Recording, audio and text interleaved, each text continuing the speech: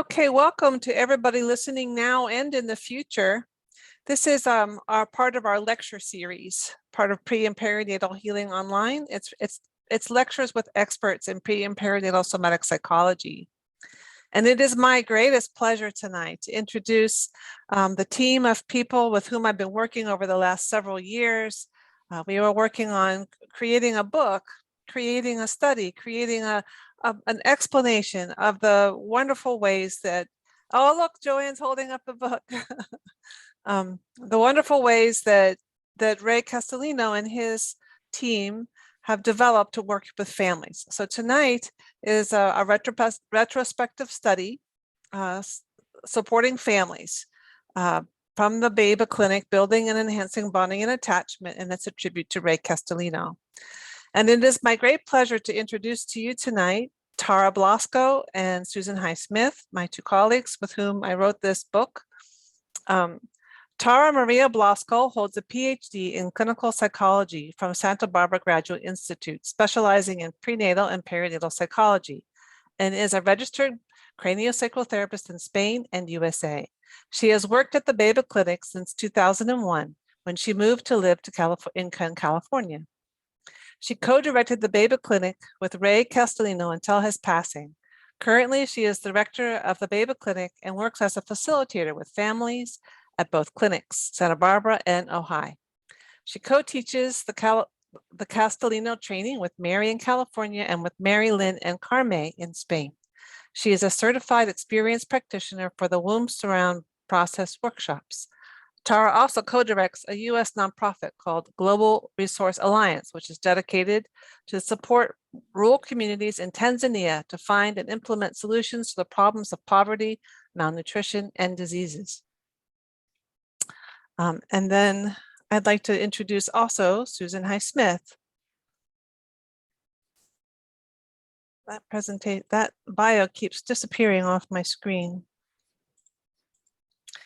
Susan Highsmith is a counselor and educator residing in Tucson, Arizona. She holds a PhD in prenatal and perinatal psychology and is certified in EMDR, Psych-K, and EFT. She instructs all mentors, masters, and doctoral candidates, lectures at universities and community colleges, and speaks at international congresses addressing consciousness in the womb and the long-lasting effects of our earliest experiences. Susan has published an easy-to-read primer introducing prenatal and perinatal psychology to young audiences, the Renaissance of Birth, Changing the Language of Childbirth, The First Fairy Tale, books 1, 2, and 3, and 4, she tells me, is out. The stories of conception, the awakening heart, developing senses told in a way that every child can enjoy and every parent can delight in reading to their youngsters.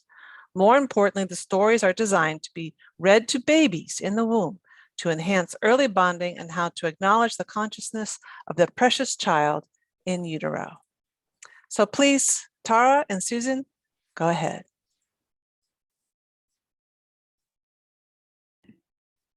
Hi, everybody. Welcome here. We are excited to be with you and to present this project. I think I'm going to start by doing a little centering exercise. Those that know us know that we love to start by having some quiet. So let's do that. It's just an invitation if you want to join us. And there's always a choice, of course. So I'm just going to take a couple of deeper breaths.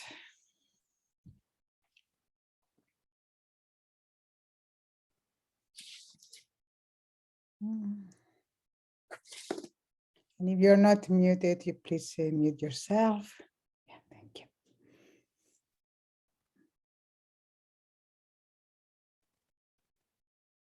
And we just feel how we are sitting on the surface where we are, maybe on a chair, on the sofa. We feel our feet on the ground, wherever they are. And we feel as we are held by Mother Earth. Mother Earth that sustains us and hold us.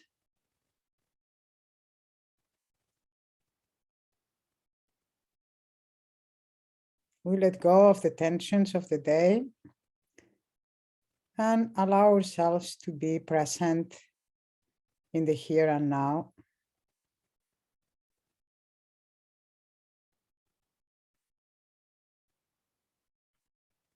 We bring our attention to Father Sky, tension somewhere in the head where we like to hang out, and our connection with consciousness, with the presence, with the blueprint, however we call, however we resonate with that ever-present consciousness in us and in the universe.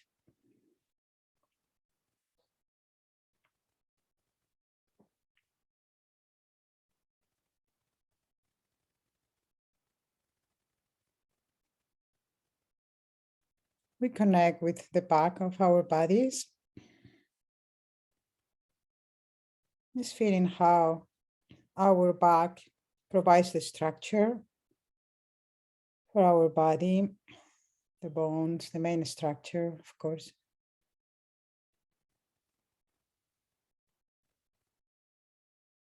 Allowing that connection with our back.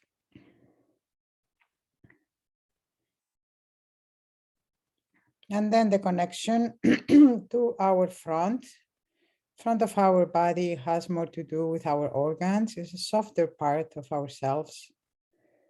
Just bring awareness to the front of our bodies.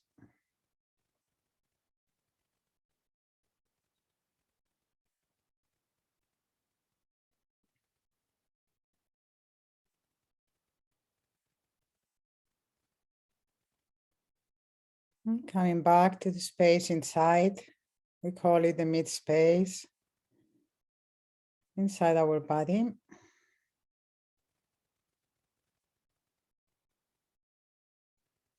And the quiet, after we breathe out, there's always a moment of stillness for me, a little pause. And I invite you to connect with that moment. As it is a door to the blueprint.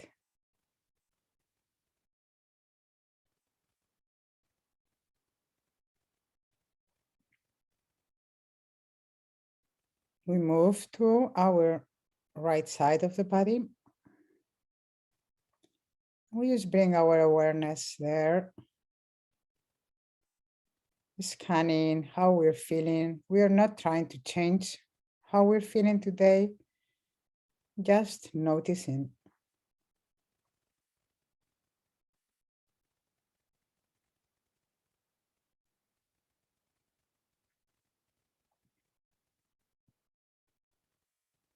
And come back to the middle of the body, mid-space.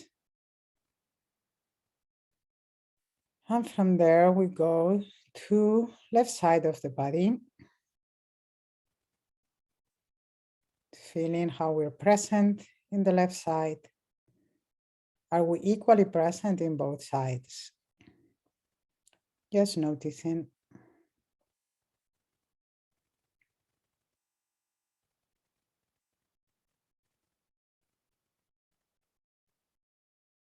And coming back to the mid space in the body. Noticing the inside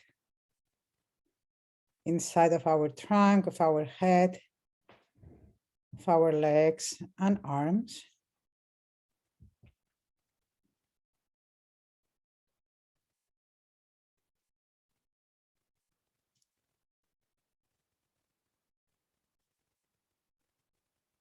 And the outside of our bodies.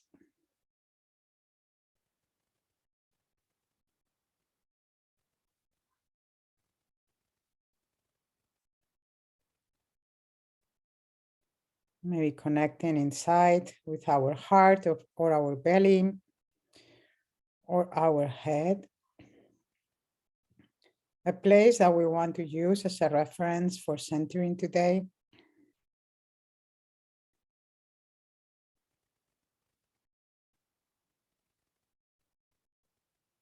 Just connecting with that stillness with us.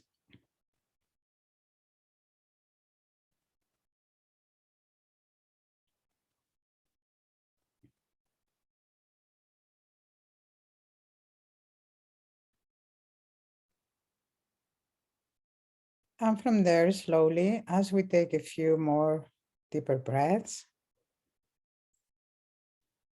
and when we are ready, we're going to open our eyes and look at the screen. I cannot see all of you, but you guys can see us. Just looking around who is here today. So, okay, well, thank you again for coming. And we're excited to share with you this project. As Kate was saying, we started about 2.5 years ago. I remember Ray and I, we decided to gather a team of researchers, Ray Castellino, the co-founder of the clinic. We are dedicating, by the way, this presentation to him for being the inspiration to our work. So we were wondering about who will we invite to do this retrospective study of the work that has been done at BEBA. And we end up with, after some trials and errors, with a really awesome team. And Susan and Kate are here.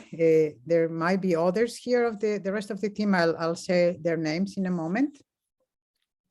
And we worked with Ray for about a year and a half until his passing.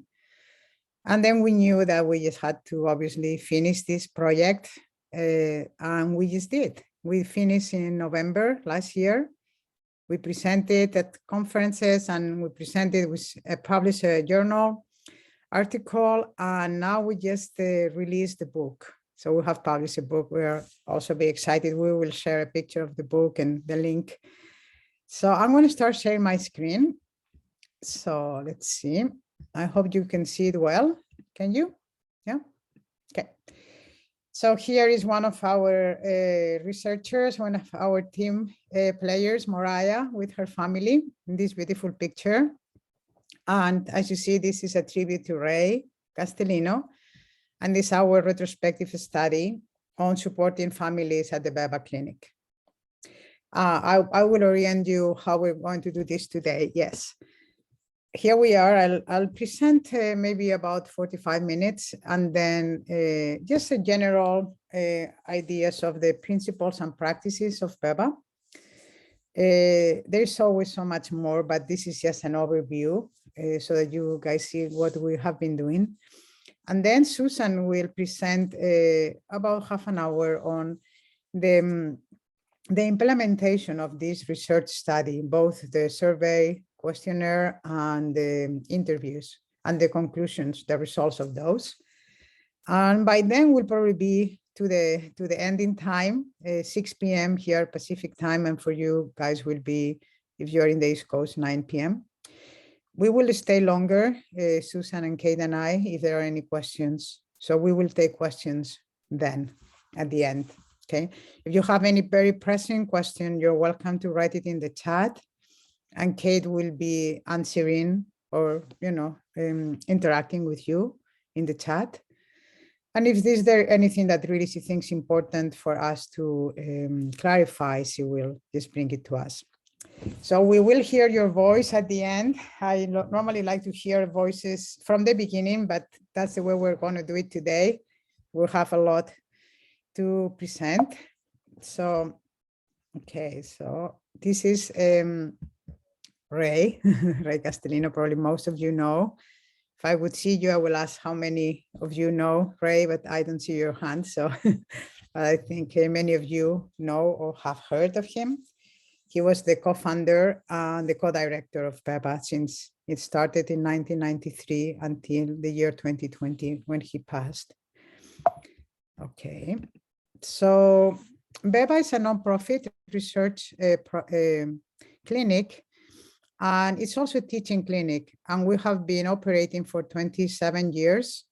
We had branches in Santa Barbara and Ojai. Now we have a branch in Ojai, and we have moved to do a lot of the work online. You know, it was co-founded by Ray and also Wendy and McCarthy. And Sandra Castellino has been involved for all those years, providing tremendous support in the administration and the structure of the clinic. I also want to name that, and she's here with us today. So I will talk a little bit about BEBA's mission. So what we have been doing is supporting the resolution of prenatal and birth and early trauma in physical and emotional levels. You can say in all levels, really, mental, spiritual.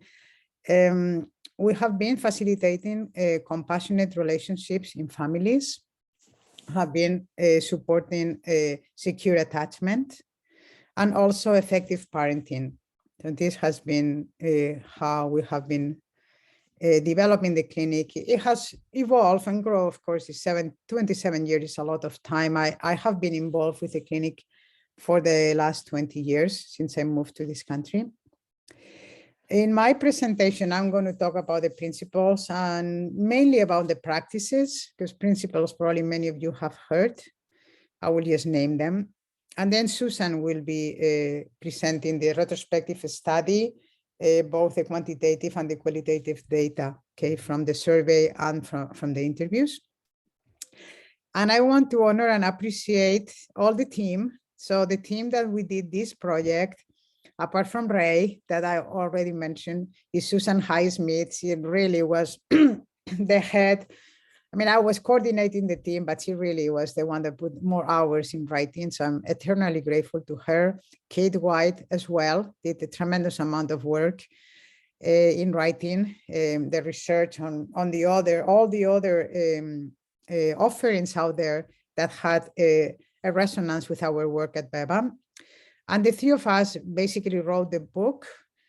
And then we had three other people that I want to appreciate: Mariah Mellin, that is here, I think, India Lake, and Caroline Kelsey. The three of them were very involved with implementing the survey and other aspects of the study. And I also want to appreciate Mary Jackson. She's the BEBA president of the board, and she was a layer of support in the project. When Ray passed, she came and was there supporting the project as well. So that's the team. And as I mentioned, I will be getting into what are the BEBA principles. Basically, the idea is that at BEBA, we see families with all ages of children. And there is a way that we approach the work where there are some principles that they are kind of the guidelines of how we interact at the clinic. And then there is a form, that's how we use it in the process of engaging families. So I will name these principles: the principle of welcome. Everybody is welcome in the session, and every aspect of every participant is welcome as well. There's the principle of mutual support and cooperation. So what we are doing together is with the intention of mutually supporting each other. And we invite parents to implement these 8 principles. We see that when families cooperate with each other, children thrive, and children learn how to cooperate as well. It's a very powerful, very simple, you say, yeah, mutual support, sure, that's no big deal. It's a big deal. There are many families that don't have that.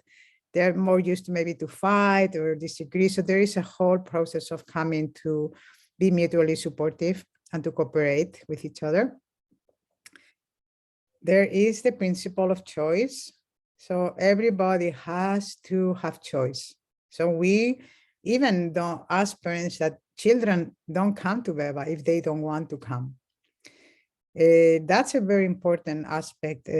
Sometimes children don't want to come, and it's the time for parents to come and do their own work.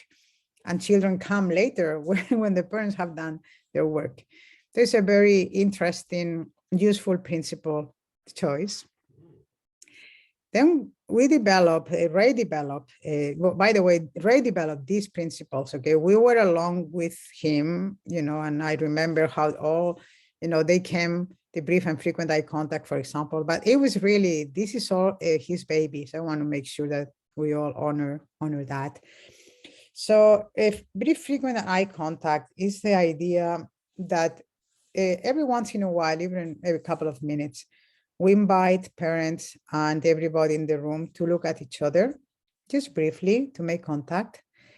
It's very powerful because often working with families, we see that it's so common that everybody looks to the baby or to the children, and parents lose connection with each other. So by bringing this idea of a brief and frequent eye contact, it brings back more connection. And also it brings the sensation of inclusiveness. Everybody belongs when you are including and looking around. It's not just, okay, you and me and, you know, the child playing. Everybody's here together. So that's an important principle.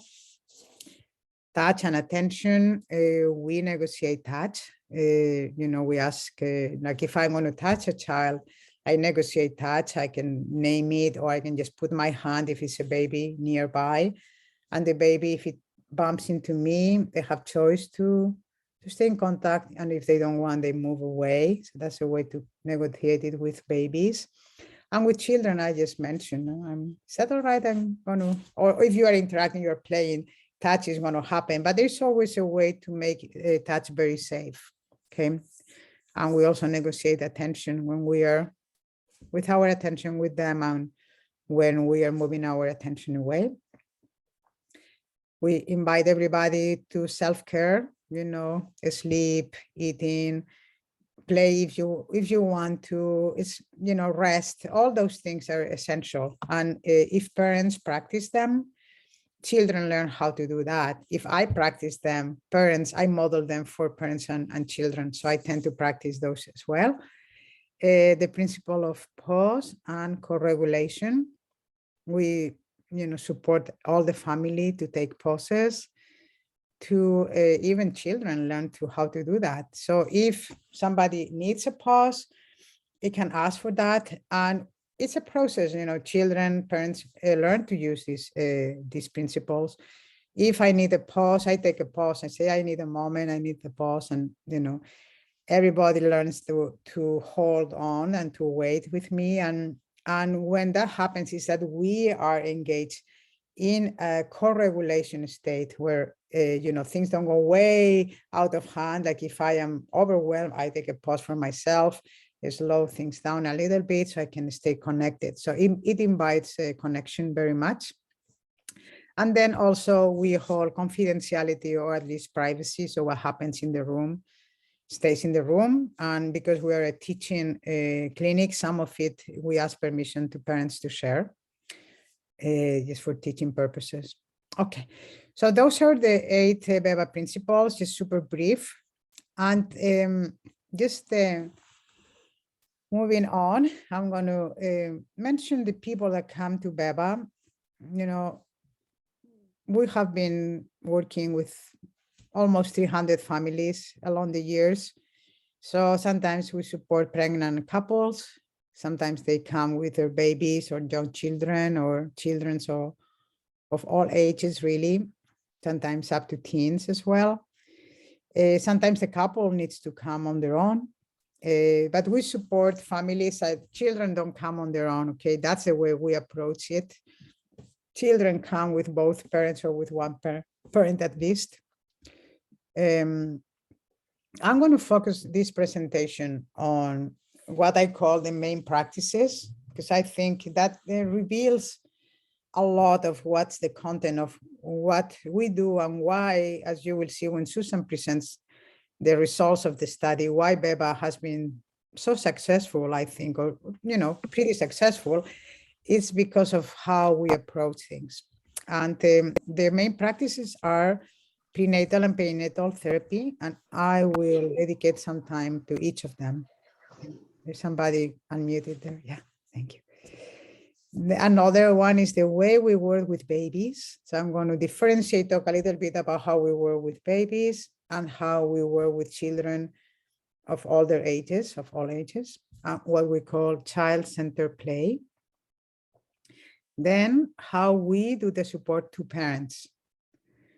And there is another tool that we use that is a biodynamic nanosacral therapy. I will talk a little bit of how we do that. And then something that is really, again, Ray's baby, that we call it somatic integrative approach, that was developed at BEBA by Ray, of how the structure, the form of the sessions. So I will mention some of that. Okay, these are all pictures of clients of mine. These are, I mean, this one is coming to BEBA. So, you know, what is pre and perinatal therapy? You know, in pre and perinatal therapy, we have seen that whatever happens in our early life, it's very important. It's a very sensitive period, you know, conception, gestation, birth, the first 3 years. And because it can have, you know, intense experience for us, definitely birth can be very intense, you know, from mild to little or you know, somehow traumatic or quite traumatic. You know, it's, you have all the spectrum, but it's an intense experience.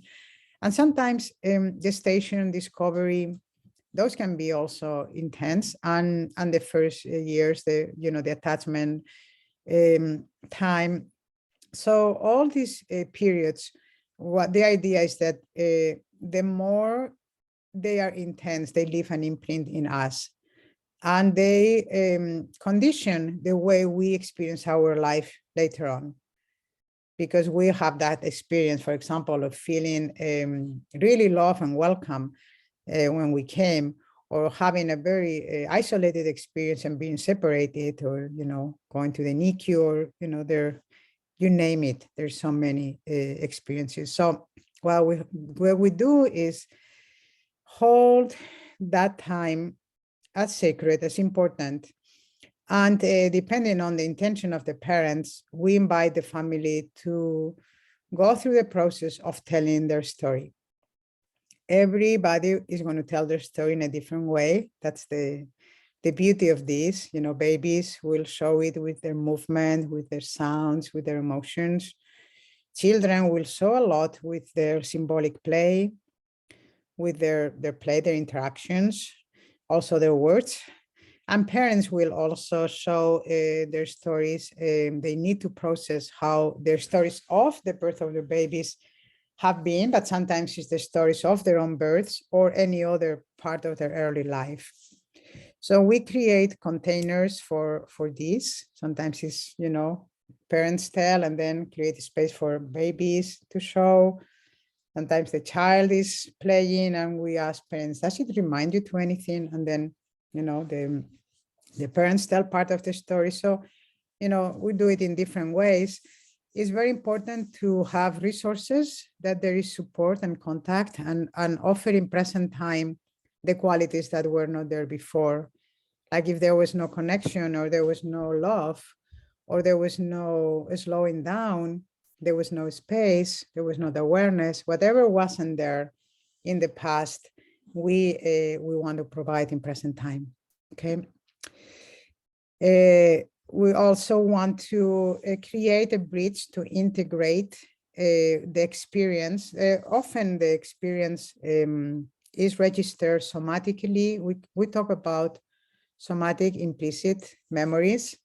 So whatever I experience, especially in the first 18 months of life, it's just, I still don't have fully developed my brain. So it's going to go in the baby, and the young child is going to go into their body in impressions of movements, of sensations, of taste or smells, like everything that goes to the senses, emotions. So experiences are registered in their soma, in their body, but they are yet not remembered in their explicit memory. They don't have a narrative. They don't have a story yet. So part of the work that we do is create this story, bridging what happened, their experiences somatically, what they remember in their bodies, with what it happened, what the parents can share, what is brought more with the left brain, you know, the story, how the birth was, which interventions, who was there. So we find ways to create this bridge to connect, because when we connect the somatic implicit experience with the explicit narrative, and we create what we call a coherent narrative, that's when integration happens. So that's how, all the trauma world is talking about, you need to create this bridge between both sides of the brain, the right and the left. And we do that by being present, letting them play, show the stories, parents telling the stories, and just creating this sense of connection and understanding, a deep understanding of, oh, that sensation is actually coming from early on. And babies and children are amazing doing their own work with their prenatal and their early life. Okay, let me move on to the next. Then I'll talk a little bit about how we work with babies. I need to know when I'm supposed to finish. So it's 5. Okay, I have like another half an hour, I think, or so. I think so. Yeah. Okay. Thank you. So, okay. So working with babies, we BEBA is an infant center clinic. So we follow the lead of the baby, of the child. So that is very important. And we do interactions with them with the permission and the protection of the parents. So we don't take the baby away. We just stay in the interaction, and the parents are there to support them. So this is a picture from Mary Jackson with a family that she was working on, and we're using this one, and we see a few more of her. So what we have realized, and Ray was really passionate about this, is how babies are intentional with what they show. Their behaviors, and children too, they're not just random and, oh, this child is just doing this or that. It's just really have an intent. They want to communicate something. And because they don't have words at that early age, they're going to communicate with their movements and with their sounds and with their expressions. So Ray developed a method that he called facilitated movement. It was being used in other ways, but he used it for babies. I was to support babies, to facilitate their movement, to support them so that they will show their story. They will go wherever they want to go. And often we'll put some contact at the feet, some resistance, so that they can move through space, and let them show what they're showing. And what they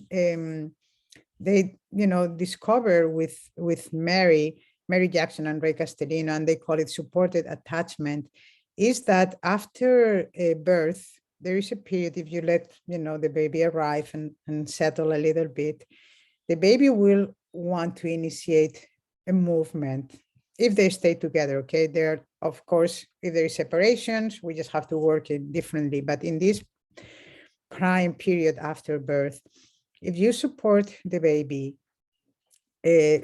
giving some resistance at the feet and maybe holding the abdomen and finding a way that they can move through space with their own intent, they will often, we thought that they will always come to the breast and nurse, but actually what Ray and Mary discovered is that sometimes they will not do that. They will show first their birth story, so the movements that they had done at birth, which is fascinating to me, that a baby has so ingrained in their somatic experience what they have done, the places where they went through, that the first thing that where they got stuck, if there were emotions about it, if there was fear, if there was anything, birth is big. It's big for all of us. So sometimes before they will take a meal, so the first nursing, they will need to show the story, the same as we do adults, right? You have a big thing happening, you don't just go first and start eating, right? Sometimes you just go and talk to your family and say, oh my God, this is what happened to me today. And so you tell the story, and once you feel seen and heard, and that is seen, then you get to nurse. So that's part of what Ray and Mary discovered, and they supported this attachment. Attachment happened after the sequence of attachment after birth, but attachment with support. and letting the baby tell the story that they want to tell. Okay, so that's let's leave it there. Let me go to the next one. That's another beautiful picture of Mary with her baby. And another thing that we support a lot at BEBA is co-regulation. So, we always talk about self-regulation is kind of a usual term that you use in this early life. But the main idea is that it's not just that the child learns to regulate, but it's that the child learns that before he's able to self-regulate, he learns through co-regulating with a primary caregiver. So the co-regulation happens when both baby and mom, baby and dad, whoever is there, second mom, whoever is there, grandma, they have an attunement, a connection with each other, and they co-regulate, they soothe each other, they connect with each other, they feel safe. And this is something that happens for the baby, but it also happens for the mother. So they both engage in this process of co-regulation. And we support parents to tell the story and to deepen into these processes of understanding how co-regulation happens and allowing, that to be present more and more in their interactions in their families. So I think I will just move to the next part. We could talk so much about how we support babies. I think I will leave it there and go now to child-centered play. So now is how we work with children of all their ages, okay? Once they start to be mobile, from toddlers to all ages, really. This is the BEBA Clinic when it was at Ray and Sandra Castellino house. It was a beautiful room, and I just happen to have some nice pictures. But so fast, we have balls, we have tunnels, and you'll see more. It's just an amazing room. They're super big, and they had a bed up there on the left, and so the child and shelves with a lot of toys. So the idea with child-centered play, I'm going to move to the next slide, is that we create a space for the child to communicate their story through their play.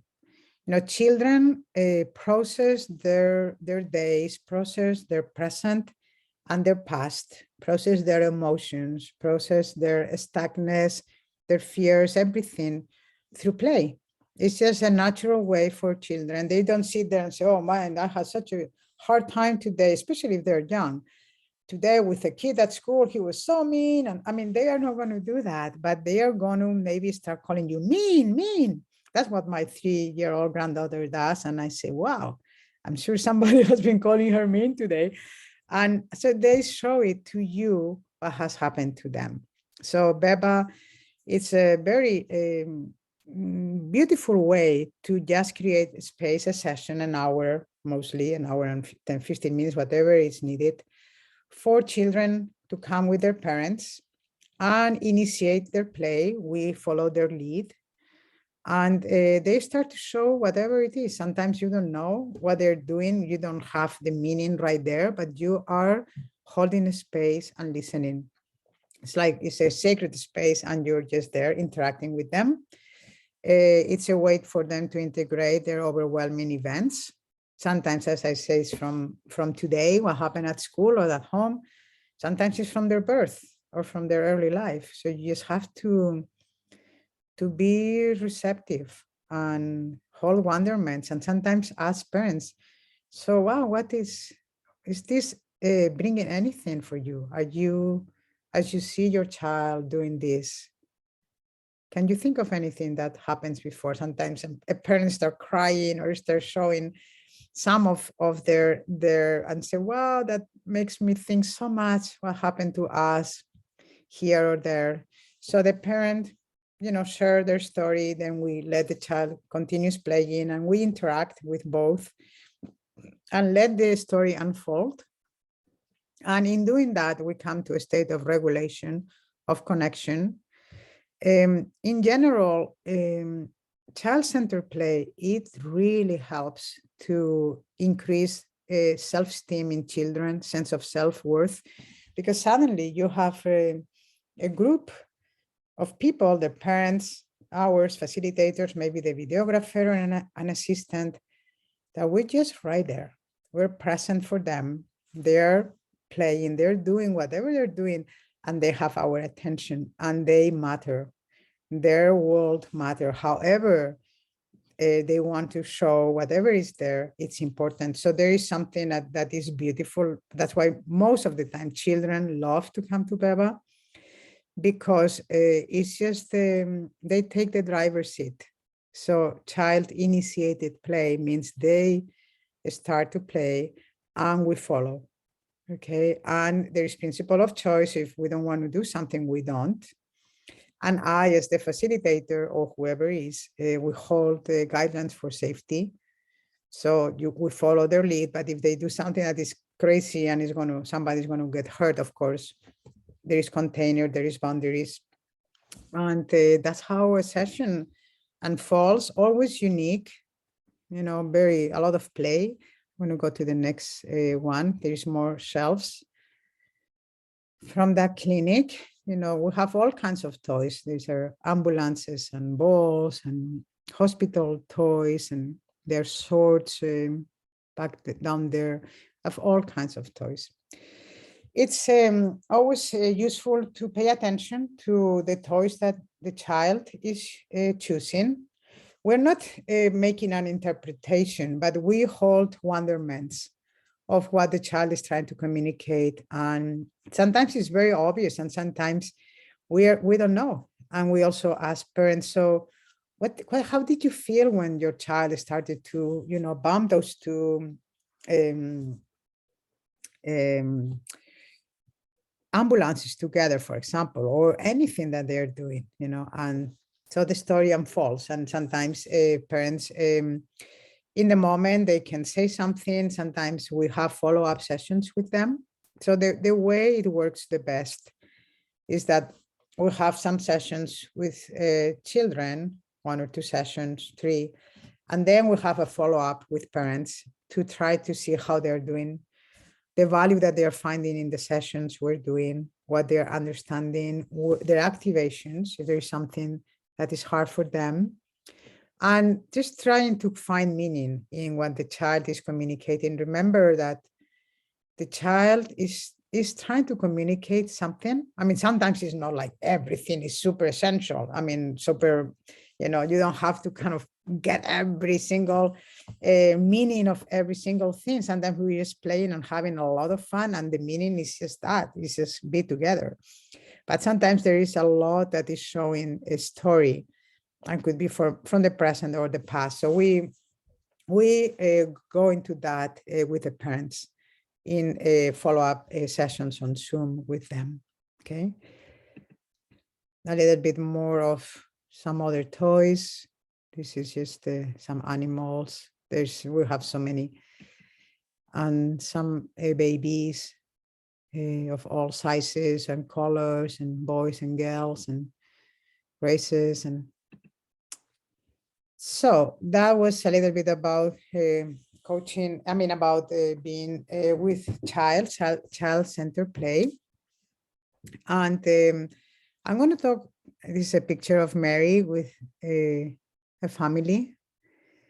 And I'm going to talk about how we coach and educate parents, because that's one of the things that we do in the sessions and after the sessions in the Zoom calls with them.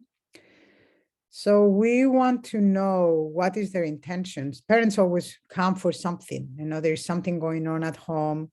We try to open it. It's just not the problem of the child, it's the condition of home. So it's the interaction between parents and children. So we make, it's a family clinic. It's not just a child clinic, in the sense that the child is not the identified patient that has all the problems. I mean, sometimes parents come like that, but we try to open it up to say, okay, so what happens to you when your child has this situation? So we always tried for parents to work their own stuff as well. And they set intentions for themselves for the sessions with their kids. And we explore new ways to interact with them, with their children. And sometimes it's by us facilitators and assistants modeling how we interact that this shows new ways for parents. I always like to tell, because sometimes, they come and, there's a big problem with the child is maybe, let's say they're hitting other children at school, or, they're biting, whatever, they're huge tantrums, take any age, any problem. We have seen a lot of different situations. And I always like to reframe for parents to see that the child wants to belong. They are not trying to be mean. They're not trying to hurt their parents or to annoy them, but they are trying to convey their feelings. So often what I say, and Ray was so good at doing this, is, okay, so if you are feeling frustrated, or you're sad, or you're upset, you're irritated, or angry, whatever you are feeling in your interaction with your child, you can see that your child is doing a really good job of communicating how they're feeling by making you feel how they're feeling. So it's an interactive thing. So, okay, parent feels frustrated, but it's so useful to understand that probably, most likely, actually, the child feels frustrated too. And it's making you feel how he feels. They don't have all the words, but they convey to you how they're feeling.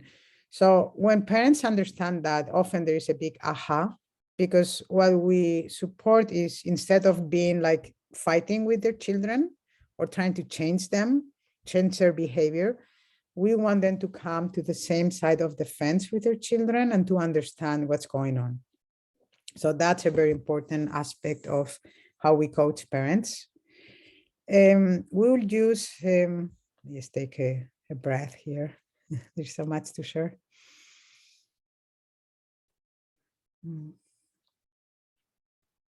There are many tools that we use at the clinic. I introduced already the pause. Remember I mentioned we listen, we create healthy boundaries. So our approach is to children need a good container, healthy boundaries. I love holding boundaries without anger. When I was a child, adults didn't know how to hold good boundaries. So they will stretch the boundaries until they were really annoyed, and then they were angry. So I learned that boundaries were connected with anger. But what we are repatterning is that you can create loving boundaries, and children get it. Children need boundaries. They actually help them orient and feel contained. So we do that. There's other tools like the alpha position.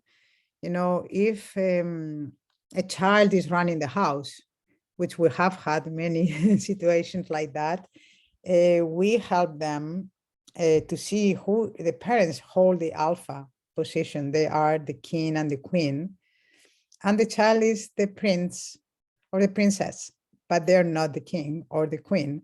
And so sometimes you really have to play with that, and children get in their place. And, there is something about everybody getting in their place. The parents are parents, older children are older children, younger and younger. When everybody owns their place in the structure of the family, it brings more coherence. So we bring that. We love to do protection games, and they just happen naturally. And sometimes if there was a need, there was an intervention or an action that happened to the child at birth or later on that they didn't feel safe, we support the parents to engage into protection games, that they are fun. And, children, it helps do repair and repattern early imprints of not feeling safe. We like to respect the no. No, often children have to follow what the adults want. And here we coach parents to allow the no. If there is a chance for a no to happen, and the child, let's say, okay, do you want to do this play. If the child says no, then we'll listen. If there is no choice, like I'm going to take you out of the house and there is no choice, so we suggest they don't offer choice, but when possible, we offer choice and we listen to the no. And we also slow down. There is a way to bring back the rhythm in the room where everything can settle a little a notch. Sometimes we're too speedy. So we settle. And even if the child is in a faster rhythm, we can resonate from a slower rhythm. We mentioned some when I talked to Nanosacral. And something I love is how we work with developmental needs. Robin Grill has written a good book about this.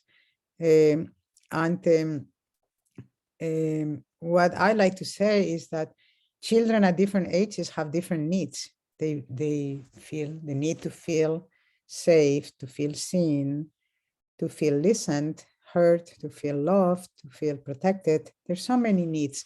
So we bring that, and if we don't get it back then, we go through life without that need met, okay? And we keep looking for somebody, some way to meet those needs. So it's very powerful to meet those needs in present time when they develop in childhood. Okay, this is a picture of Ray and I love this picture. Just to say that I won't get very deep into this because I believe I have 7 minutes. So we offer some skills for parents to communicate. And we love check-ins. If you have been around us, you know how powerful and simple it is to do check-ins. Everyone takes a turn, 5-7 minutes, you talk and the other listens, and then you swap and you listen and the other talks. Very powerful. You can do that daily, and we encourage parents to do that. We also use the inquiry method. I won't get into it right now, but it's a method to deepen the communication and for everybody to feel seen and heard, even when you disagree. This is one of the tools. I work a lot with parents when they are struggling in parenting styles and problems at home. I use a lot the inquiry methods. And then we do sessions with parents. Because as I was saying, you know, they come because there is something going on with their children, but often what's happening with the children is a reflection of what is happening in them, and they have their own activations. So the sessions work the best when you work with children, baby children, and then you have sessions just for one or both parents to explore their own material and their own activations and how it was for them when they were that age. And so you get so much insight, and that's where things start to really open up and transform, because parents are doing their own work. Okay, biodynamic nanosacral therapy, you know, it's a very gentle, non-invasive way of touch. We're connecting with the breath of life. And there are different rhythms that manifest in the body. We connect with the slowest rhythm, we call it the long tide. And as facilitators, we want to generate that. We just are there in the room and we just connecting with that presence, that slowness. And that is something that is inviting in the room for everybody, especially with babies. They thrive in the long tide. I mean, that's where they live. So it's a very natural place to be with them. With other children, we can be in the long tide while they are in faster rhythms, and we're all in resonance with each other. Okay. You know, nanosacral, sometimes we use it to have a hands-on touch. Sometimes it's just energetic touch. Sometimes it's just the presence. Sometimes I work with babies or children of different ages. Sometimes I just work with the parents, and the parents hold the space and contact to the child. But there are different ways to bring nanosacral therapy to the session. And the last part I want to talk about is a picture of Ray, the baby. Mary Jackson took this picture. And something that we call somatic integrative approach. That was developed at BEBA by Ray. And he developed what he calls the form. And the form is a little bit like the structure of a session. The steps, just briefly, the first will be the intention. So what's the intention? For parents often is explicit, for children is implicit, and they show it in their play.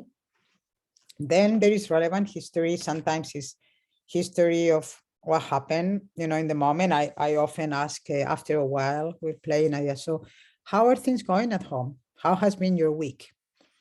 There's going to be relevant history of the current time. Sometimes it's relevant history of what happened back then. I read it in their intakes because they feel very full intakes. And sometimes parents just tell me, if it's the history of any important elements that has happened in their early life or the current life. They will, I will want to know the relevant history. And with that, we just go into play or movement, depending on the ages of the child. The session will unfold. We'll use the principles. We will try to bring coherent narrative and harmonic resonance. A harmonic resonance is when we are all, once we use the principles and the form, often what happens is that there is connection and there is flow, and we are resonating in the rhythm, and the rhythms are harmonious with each other. That's what Ray called harmonic resonance. It doesn't mean that we're all going fast or slow. So you can have people in harmonic resonance going at different rhythms, but they are in sync, they're harmonious with each other. So that's what we normally land a session, is like 3/4 into the session, you normally want to come to that sense of harmony, which is wonderful. And in the process, we're going to connect with resources, we're going to connect with blueprint or this sense of presence. And then will come a time for the ending of the session. I often want to say, okay, the session, I normally say I'm really having a great time, and in 5 or 10 or whatever minutes I'm going to need to go.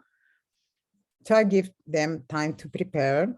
And sometimes I say, well, you want to show something more, this is your time. And so the child knows, and I can ask, how do you want to end your session? And at the end, I also ask them to help me, everybody, like I want to tidy up the room and put the toys away, and I would love some help. So we do that too.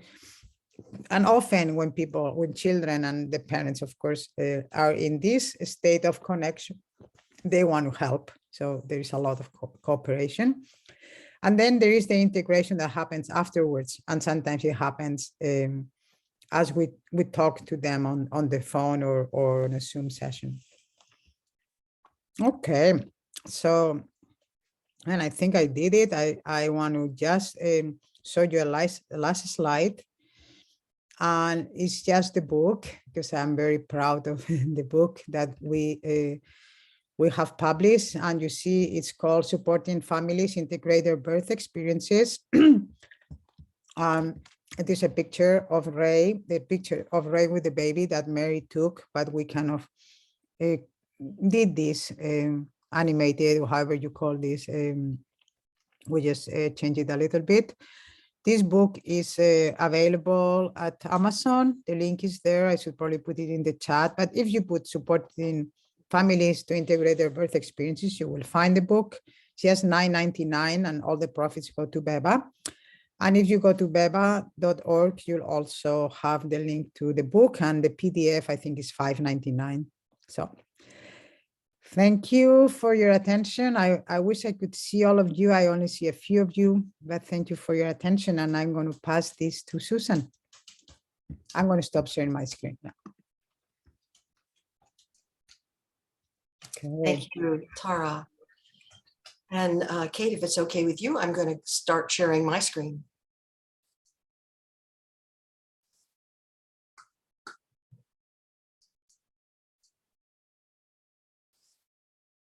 So thank you all. Thank you for being here. Thank you for your attention.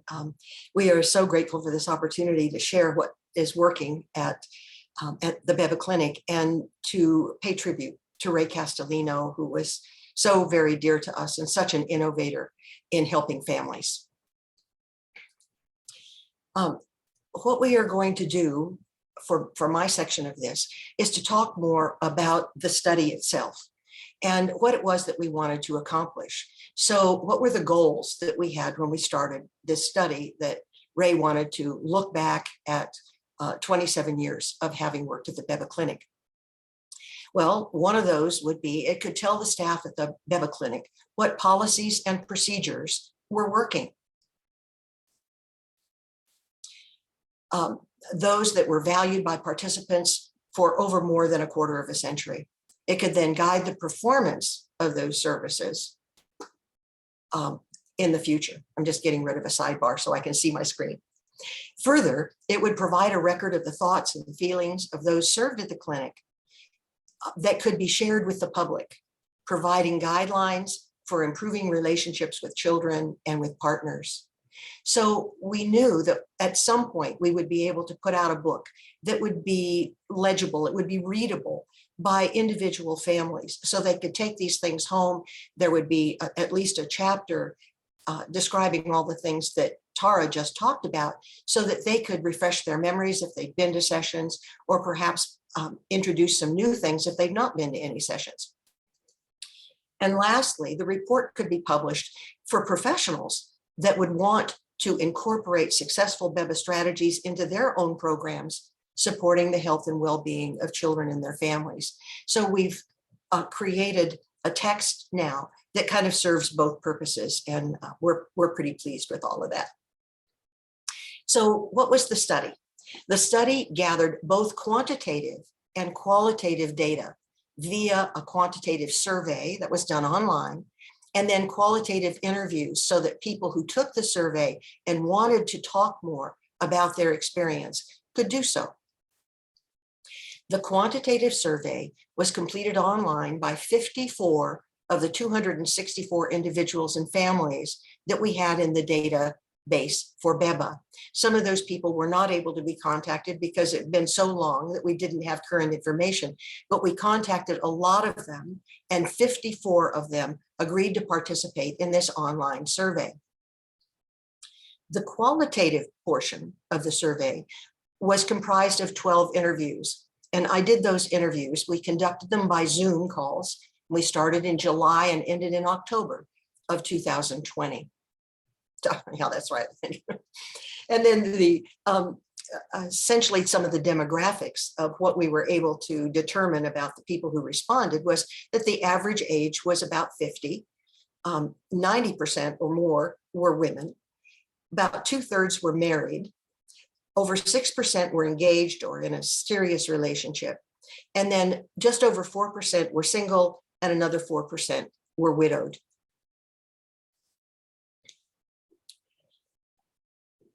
I'll cover the quantitative survey first. We posed 8 questions as statements that people could answer on a scale from strongly agree to strongly disagree. And I'm going to go through each one of those, but I'm going to go through them fairly quickly. The most important thing for you to observe would be this pie chart. So the pie chart shows in blue those people who strongly agreed with the statement, and in orange, it represents those people who somewhat agreed. The gray represents they didn't have any change that they were aware of. The gold is they somewhat disagreed, and the light blue is they strongly disagreed. So in this particular question, 51.9% of the respondents strongly agreed, and another 1/3 of the individuals somewhat agreed that they felt closer together as a result of coming to BEBA, and that total is over 85%. And that's mostly what I'm going to be focusing on as I take you through these 8 statements. The intentions that brought us to BEBA were fulfilled. Almost 50% responded, yes, they thought they got what they asked for, what they came for. Another almost 40% felt that they also somewhat got what they were looking for. And then there were a few who either experienced no change or thought that they didn't meet all the objectives that they wanted to when they came to BEBA. So what we do is we total those up, those that are positive, and we find that 87% felt that their intentions were met. by coming to BEBA. Coming to BEBA helps strengthen the relationships in our family. And you can see that over 60% felt that their relationships were strengthened. And another almost 30% felt that somewhat their relationships were strengthened as well. When we total those, what we get is 88.7% felt that coming to BEBA helped strengthen their relationships. Coming to BEBA improved our problem-solving capacity as a family. And what we find here is the answer is somewhat different. We have about a third of the people who said, yes, they gained some problem-solving capabilities. Another third said, kind of, we did. And then there's another third who either didn't experience any change or felt that they disagreed. So the total of 70% of people who came to BEBA felt that they did gain something with their problem-solving capacities, but this was the area that received the lowest rating. And I would say that, as Tara was pointing out, this is a more intellectual piece, and the real impact of feeling and working with the right side of the brain is where the real healing seemed to be addressed and where it was actually occurring. So the more left brain kinds of contemplations of getting specific problem-solving tools was something that they didn't feel as strongly about. Coming to BEBA improved my capacity to listen to others of my nuclear family. And what we find is over 41% said they strongly agreed with the statement. Over 37% said that they somewhat agreed. And then there are another 20% or so who felt that there was no change or that they did not agree with that statement. 78.5% said that coming to BEBA improved their capacity to listen to other members of their family. Great quality to learn. Coming to BEBA improved my capacity to feel connected with other members of my nuclear family. 47% plus a little bit were saying, yes, they strongly agreed with that statement. Over 30% somewhat agreed. So the chart looks very much like the one we just saw. 78% plus said that coming to BEBA improved their capacity to feel connected with other members of their nuclear family. Coming to BEBA improved their ability to parent. And we see that almost 60% of the people who responded to that question said yes, they absolutely improved their ability to parent. We see that almost 40% somewhat agreed with this. They had modest improvements to their ability to parent. What we see is this little sliver here, only 2% disagreed, only somewhat. Nobody strongly disagreed. And the power of this is that when we add all those together, so many of these people were agreeing that most of them supported this statement on the survey that coming to BEBA improved their ability as parents. 98%. That was a really, really strong indicator, and it was the most supported statement on the survey. I learned tools that I'm able to use in my nuclear family. Again, very close to 60% said they strongly agreed. Another 25% said that they somewhat agreed. And then, of course, there was the remainder who said that they either didn't experience any change, at least in their recollection. They didn't think so. That's over 82% of the people learned tools that they were able to use with their nuclear families. And some of those tools Tara has already mentioned, and I'll review a couple of them as we go through the final slides here. So just in summary, the response to the 8 statements essentially were almost 84% people strongly agreeing or somewhat agreeing that they found value in coming to BEBA, especially in improving their abilities to parent. 98% thought that their ability to parent improved. Over 88% felt their family relationships were strengthened. 87% felt their intentions were met.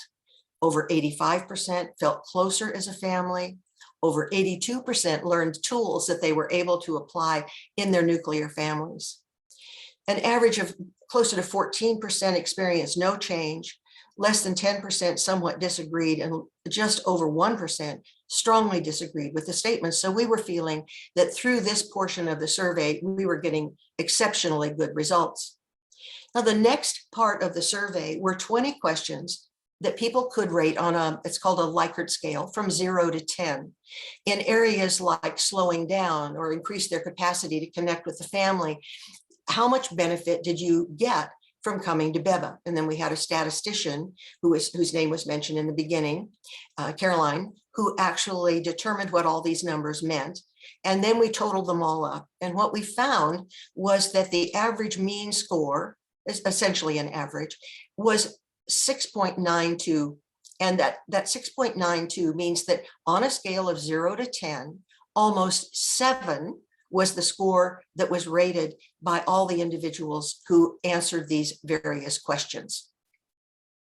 The highest mean scores for the benefits that people received occurred in 3 areas: practicing child-centered play at over 78%, having more connection with their family members at about 80%, and improving their ability to really understand their children at 77.5%. These are wonderful. We are so thrilled that the major tool that we use in honoring children, letting them lead, letting them have choice, letting their play describe what's going on for them, even when they don't have words to do so, having more connection with family members, and improving the adults' ability to really understand their children, to really recognize their inner wisdom, were really valuable things. And those showed up really, really strongly. 9 of those 20 items received mean scores of 7 or above. So we felt like 7 out of 10 was pretty good for all of these various things we were looking into. The lowest mean scores for the benefits received were in 3 areas: having more frequent eye contact, making I statements, and paying more attention to self-care. And so I'll comment just briefly on those. I think in our society here in America today, we are all quite busy. We have mothers and dads who are both out working. And what we will do is, in the time that we have available, we will pay attention to our children. We'll do the best that we can to offer them wonderful resources. And the thing that we put last are ourselves. And Tara already explained that during the program, during the various sessions, that they really encourage at BEBA that parents take care of themselves. This is extremely important. And one of the things that got a low rating in terms of people really, really doing it. Making I statements is encouraging people to speak from their own feelings, like I am feeling, or this is essentially speaking from themselves rather than pointing their finger and starting a sentence with you or blaming someone. So making those statements is something that's really important. It's part of new communication skills. And people were saying, well, I may be learning that. They got over a 6 mean score, but I'm probably not doing as well as I might like. And then this last one, having more frequent eye contact, got a low score. And what we realized was at the beginning of the establishment of the BEBA Clinic back 27 years ago, eye contact was not actually taught as a skill. So many people who were old timers in the program never received any training on that, but the newer people did, and they were much more willing to talk about how important it is. And what we know about the eye contact is that it's the bonding gaze, the mother-infant gaze. It's a time when people looking at each other release oxytocin, that the quality of a relationship is much more loving when you're able to look people in the eye. And so the training became having more frequent but brief eye contact during their interchanges. Participants were asked 3 questions when they came to the qualitative interviews. And these are things that Ray and I worked out before we actually conducted the interviews. What were your intentions for coming to the BEBA Clinic? What changes did you observe in yourself, your children, or your family? And what principles or practices did you find of most benefit? Well, 12 individuals of the 54 that completed the survey really wanted to tell us more specifically about what was going on for them. Their stories are very heartfelt, each one unique and different, with totally different situations for each of those families as they shared.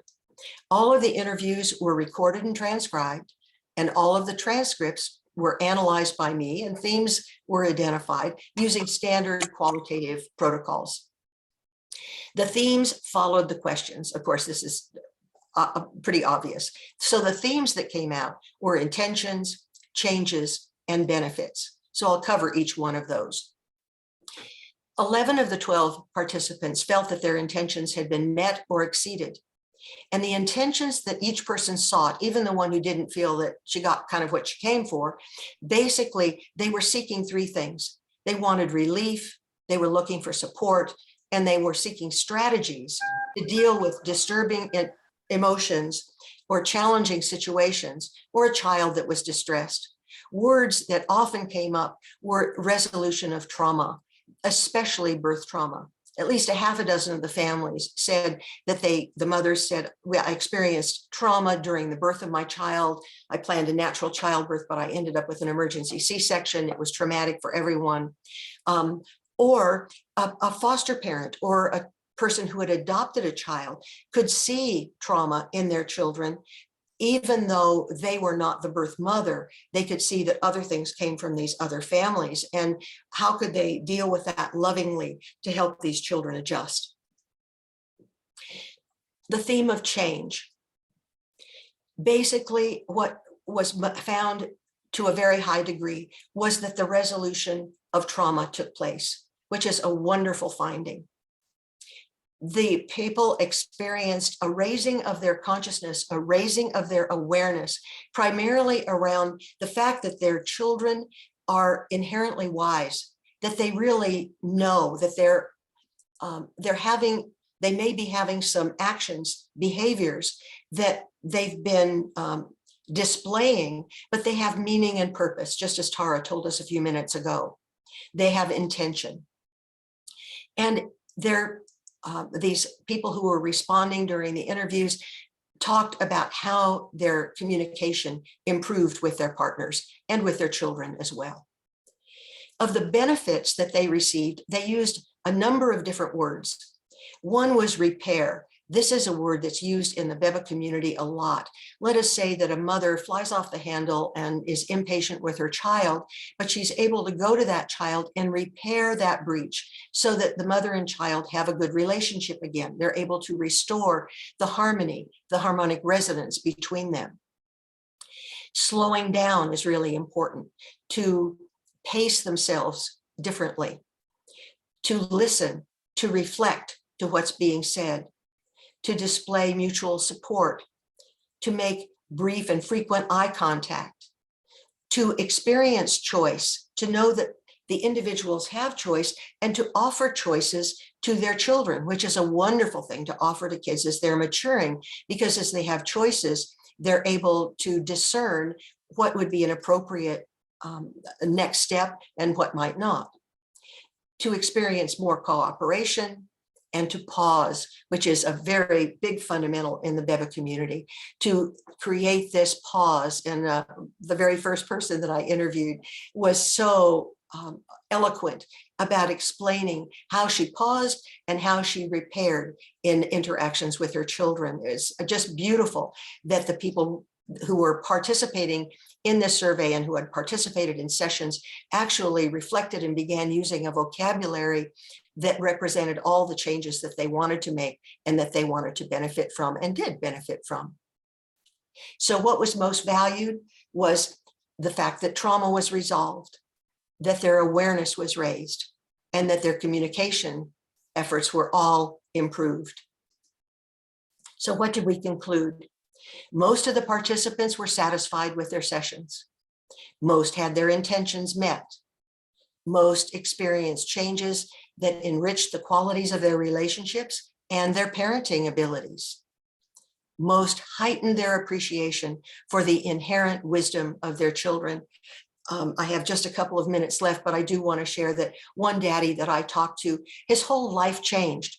Ray was able to be with him when essentially just after the baby was born, his first child was born, and Ray's awe and wonder at, look at this baby, look at what she's already telling us. Isn't she wise? Isn't she beautiful? Saying things like this totally created an epiphany for this daddy. And he said his life was forever changed in the way that he related to that child and to the other children that he had subsequent to that time. Most of the participants received benefits that endured for years beyond their initial sessions. and what do we recommend?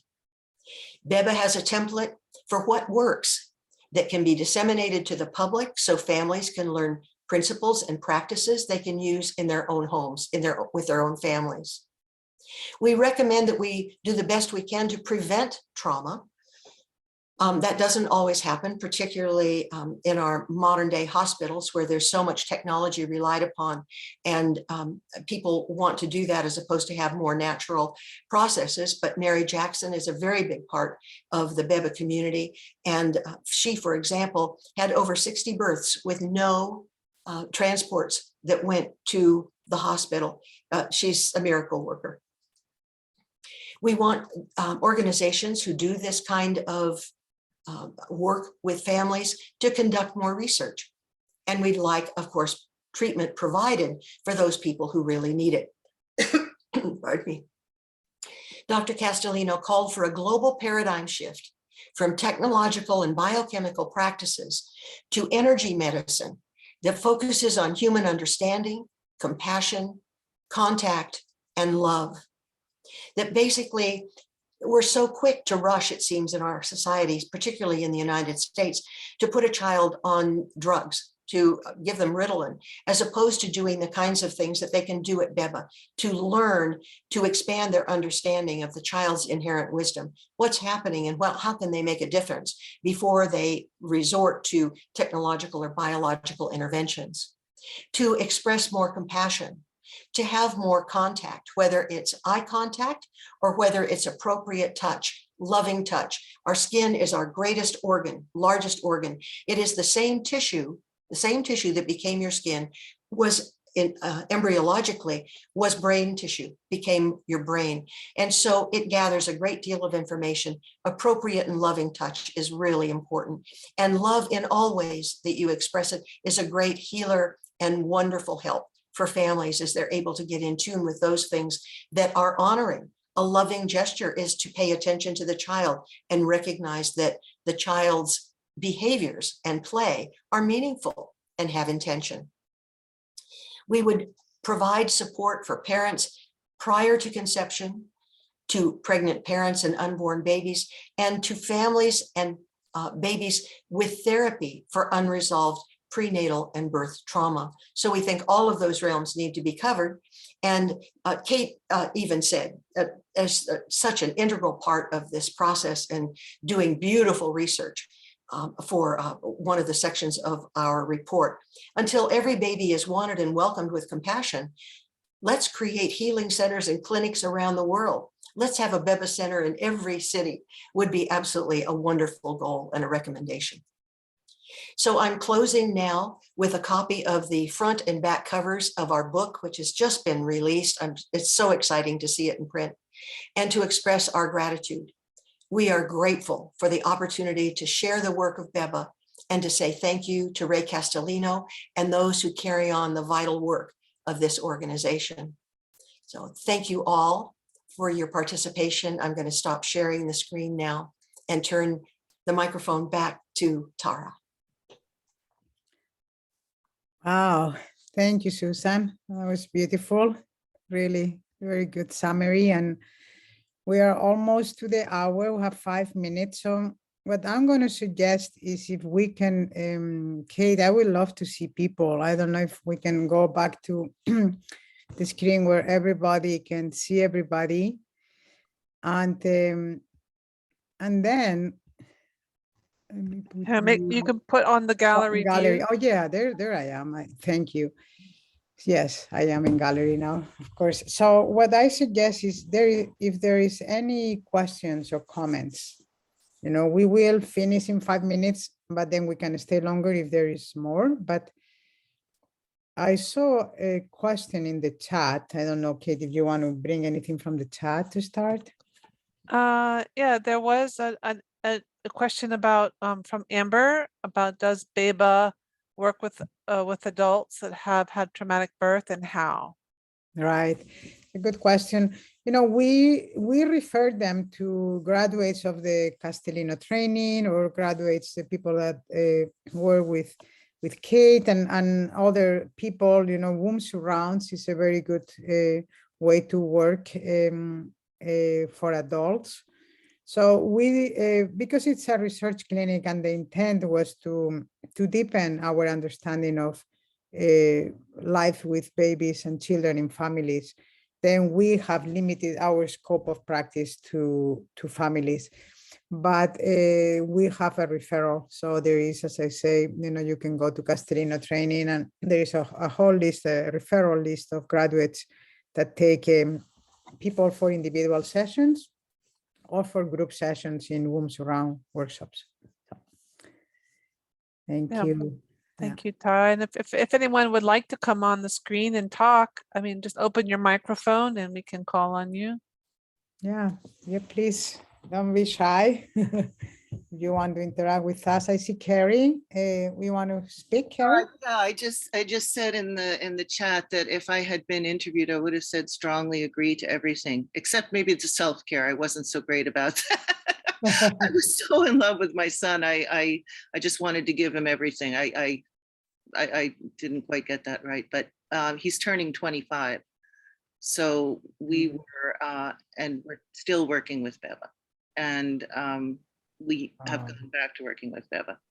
So it was, I had some postpartum issues, and we had some abandonment issues. And we were so fortunate to work for several years. And I don't know what to say, except that it has impacted my life and what I'm doing professionally now as well. And becoming a counselor myself, and I can't even say enough. I just feel very blessed that I was able to be part of the family. I'm able to be still.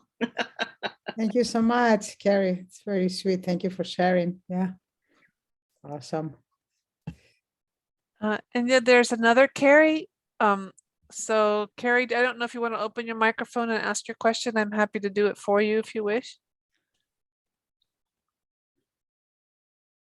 So the question that Carrie asks is, what do you say to critics who question the limitations of selection bias? And did you interview anyone with a negative experience? Yeah, we did. Susan, why don't you answer that one? Yes, we did. It was the one exception of the 12. And she warned me ahead of time. She was lovely and gracious. She had come to the clinic probably 20 years ago. And it was during a time when people were on vacation. There wasn't any continuity of care. If you're familiar with that statement, essentially she had multiple counselors and interruptions in the actual therapy. And so she really did not get what she was looking for. Her desires were the same in terms of her intentions, but what she was looking for, she didn't actually receive. And we talked about it as a team, and there was a promise made to also give her a copy of the results of the study. And I was really gracious with her. I thought it took a lot of courage for her to tell her what we didn't want to hear, that something did not work for her. And we also understood a lot of reasons why it didn't. And those are things that we're much more attentive to now. There are people on the staff who are just exquisite at being able to answer questions and guide the processes or respond to the children's leadership and so on. And there's more continuity now. So there was something learned from that as well. Right. And just from thank you, Susan, from my experiences as a facilitator of many sessions, it's like, we are not a match for everybody. Okay. I have families that we have come for one session or two, and they really don't continue because it's not really what they want to do. So we have to leave knowing that we are not the thing or the solution or the offering that is going to match everybody. Some people are going to be disappointed. Some people is just not don't want to work that way. Some people want just for you to treat their child. They don't want to get involved in the process, or some people just don't like my hairstyle. I mean, you know what I mean? It can be anything.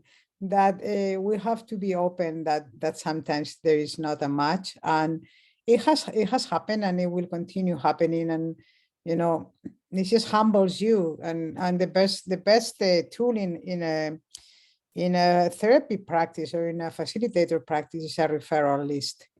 So sometimes if I am not doing the job for a family and they ask, it's always good to be able to refer them to somebody else. So, yeah, thank you for the question. Yeah. So yeah, thank you, Tara. Does anyone else have any questions or comments? I have a question I hope y'all can answer.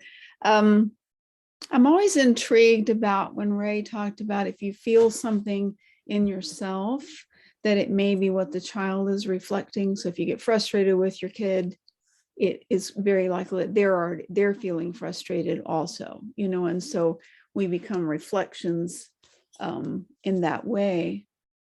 It makes me a little nervous because I never can tell if it's just me or if I'm reflecting someone else.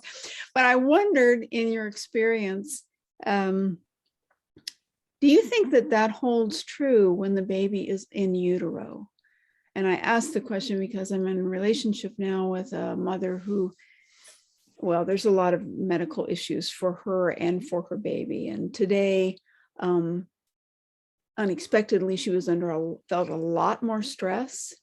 And I wondered if in that kind of case, does it ever turn out that the baby is under stress and that the mother is picking up on that?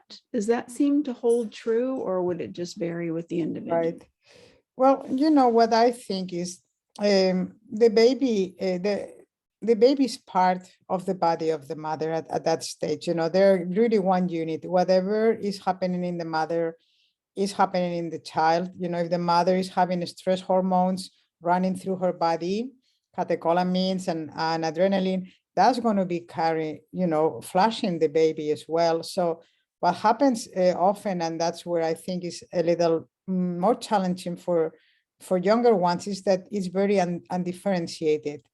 So the mother is stressed, for example, and you know, the child's stressed, and yeah, you can wonder where it started. You know, normally the mother is providing the environment for the baby, so I think it comes from outside the mother, the baby. You know, that's and what happens is that the baby often will get that experience undifferentiated and will feel that sense of themselves, you know, of maybe the mother is in fear, the baby will end up feeling fear, or if the mother feels overwhelmed because she doesn't have enough support, the baby might end up feeling that they are too much. So what we offer parents is to name and to become aware of what's happening to the mother. She can't change everything, but she can talk to the baby, say, little one, mommy is overwhelmed today. I'm having a lot going on, and you're not the cause of this. And you are not responsible for it.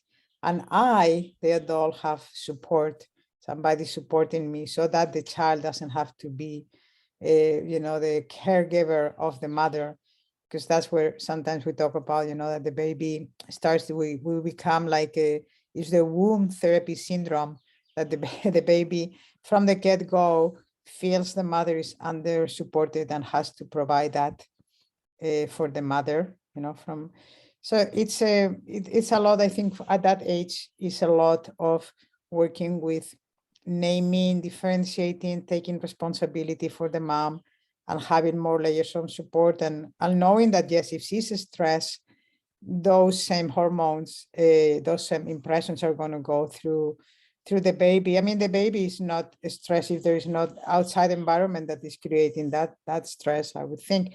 But, you know, you make me think, for example, if there is, I'm going to say something big, if there is a twin loss, you know, there's two in the womb, and one of the little ones doesn't make it. The one that stays often can go through a lot, through loss, through wanting to go, to then there's so many ways that that can be processed for a little one. So yeah, there can be stressors in the baby that the mother is not aware of as well. If the mother, I mean, I work with many families where there was a twin loss, a twin that was lost at the very beginning, and the parents didn't know. But then the child, the alive child, is showing that in their play. We had a fantastic, amazing processes happening for children that will show how they're always honoring the missing one. They're always like playing with a friend, having a toy that is wants to feed the other one, wants the mom to take care of another one, a toy. So that's an example where the child has gone through stress. I was just trying to go to how you were asking your question, and the mother might not be aware of it, but in the BEBA process, that can come to the surface and be very, very healing. It's very, very healing for everybody. Yeah. Okay, well, thank you, Becky. Yeah. Well, I'm aware of the time, so I want, Kate, we decided to, offer you, say thank you for your presence, for your time, for being here with us, and very grateful. And if anybody wants to stay to have more questions, Susan and Kate and I were happy to be here. I just want to honor that Kenyon Taylor is here. Kenyon is a BEBA facilitator, so I'm very happy to see you, Kenyon. I mean, I see other people, Kevin Davis, and I mean, I see Mario Bach. I see a lot of you guys that I just want to say hello. Hi, Kenyon. So good to have you here. Yeah, Judith Weaver. Yeah, just thank you everybody for joining us. So yeah, if you want to stay a little longer, bring it in. If you have another question, we're just going to hold space here. Yeah. Tara, there is a request for like, how can I find somebody for my child or my friend, or what is your recommendation? I know I have a referral list on in my online school that I can send out, but what would you suggest?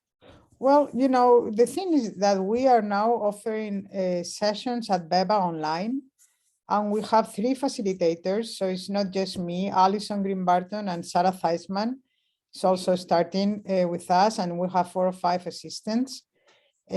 So you guys could go, whoever is interested, to the beba.org, our website, if somebody can put it in the chat, and send us an email.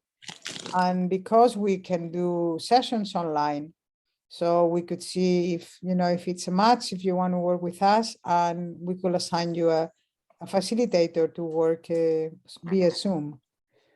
So that's possible. And Kate has other people has trained with us. So, but this is what I can say from my end. Yeah. Maria, you have a hand up, and I'm going to turn the light behind me. I feel like it's a little dark here. Just a second.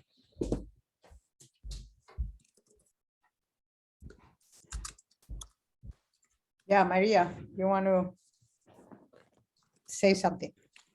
Yeah, I was just curious if you could share what was like emergent or surprising in if there was anything surprising in the research that came up of emergent, or even like language that maybe you didn't use as a researcher, but you found that participants used, or that you don't usually use in BEBA, but I know a lot of the language can be the same, but if you found new language or something more surprising or emergent. I'll address that. I was surprised by just about everything. I just was surprised by how candid, how honest, how authentic people were willing to be. They didn't know me from Adam's house cat, and yet they were so gracious and loving and so engaged in the process. They would tell me the most amazing stories. And I was surprised because I'm not as close to the BEBA community. Tara's in the trenches all the time as director. I am not.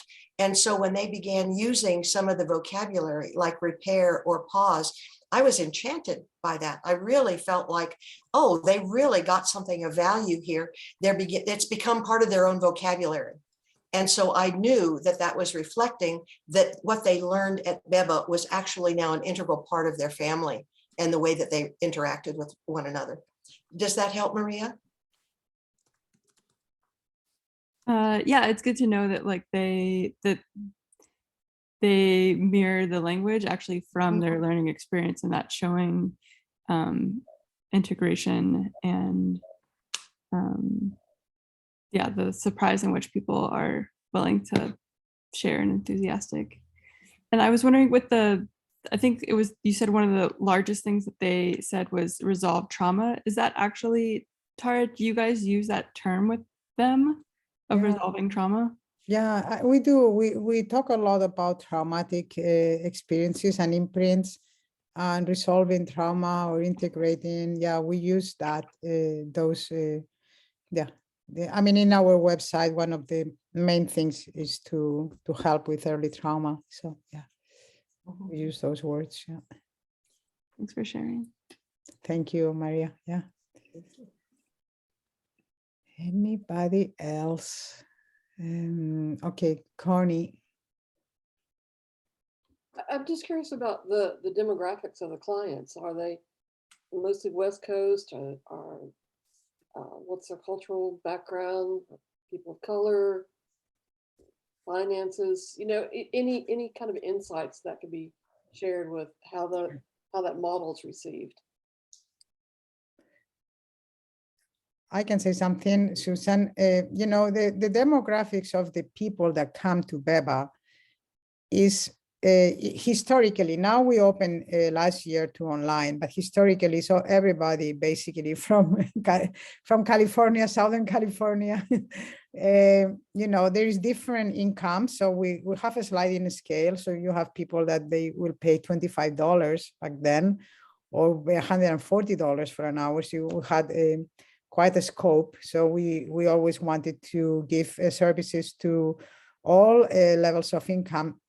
But here in Santa Barbara, in Ojai, most people that I see walking around are white. So most people are white and Hispanic.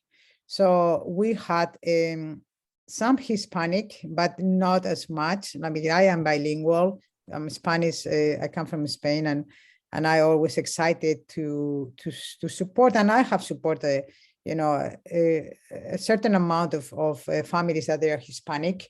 So, but I would say, the numbers are much higher for Caucasian people. So that's my impression, because the people that answered this survey and questionnaires, they are just the people that came to our clinic. So do you want to say something more, Susan? I think that covers it pretty well. It's a closed population. So it wasn't a random sample of just anybody anywhere. And people, we got some demographic information. Part of it was it was suggested that we not take any, but we did take some, and looked at the major common denominator, of course, is that they had attended BEBA for some period of time. And they were so willing to disclose. And so some of the people that I interviewed were Caucasian, and some people were Hispanic, and male, female, some in relationship, not in relationship. And those were the things that differentiated them. But basically, we were looking for, what was your experience like? What did you get from it? What didn't you like? What did you like? And the did you likes far exceeded anything that was that presented as an issue. And there's more, of course, there's a lot more detail in the report itself if you wanted to read that. Can be a little heavy duty. God bless you. Oh, you have it. Good for you, Connie. Thank you. Thank you. Thank you. That was awesome. Here it is.